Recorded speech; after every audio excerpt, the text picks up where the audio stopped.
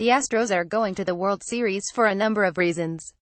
Saturday night marked the culmination of a lengthy, creative, bottoming-out rebuild gone right, a rebuild so extreme it had earned the club the Astros moniker. No one is laughing now. The Astros are going to the World Series because of the accumulation of hirings, signings, draft decisions, development and strategies executed well. Not everything went perfectly, but this is a game of probabilities, not certainties, and a lot of things went right. That's the big picture view.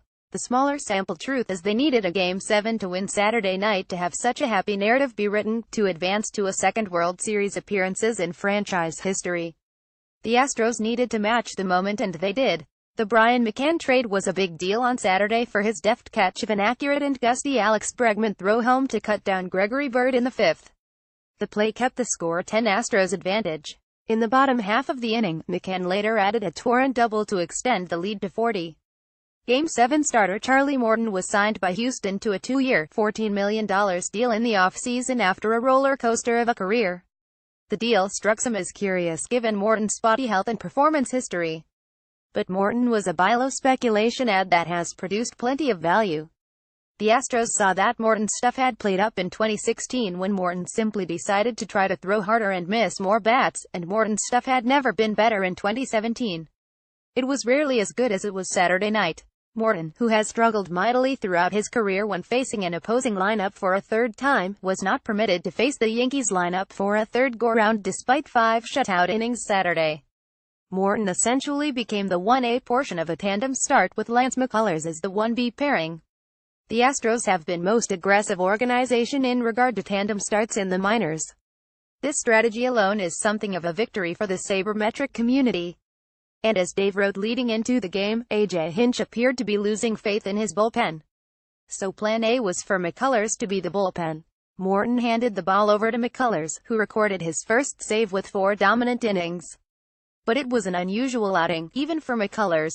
Major League Baseball is in an age of extremes, from HRFB and strikeouts rates, to velocity and injury trends.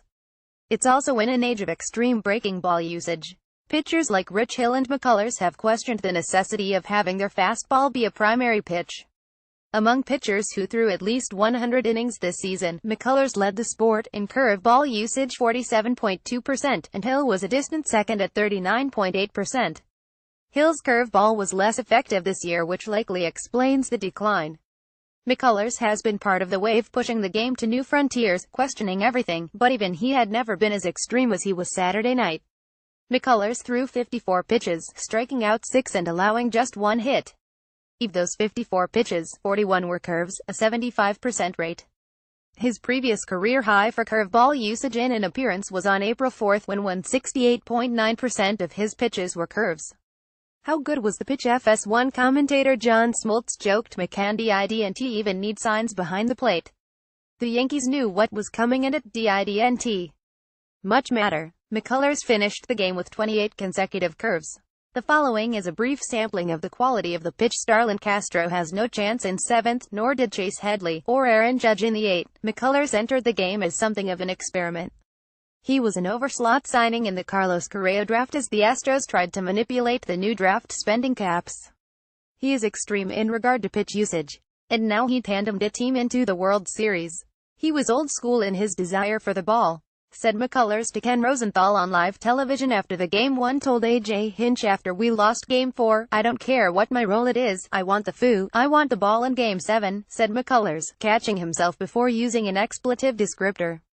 "I will start the game. If you only want me to go 3 innings, I will go 3 innings. If you want me to come out of the pen, I will come out of the pen. I told Dallas Keuchel that if I have the opportunity to end the game, I am going to empty the gas tank."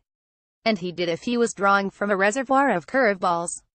The pitch was excellent in drawing 10 swinging strikes, 5 called strikes, and the average exit velocity of the 6 curveballs put in play was 79.2 miles per hour.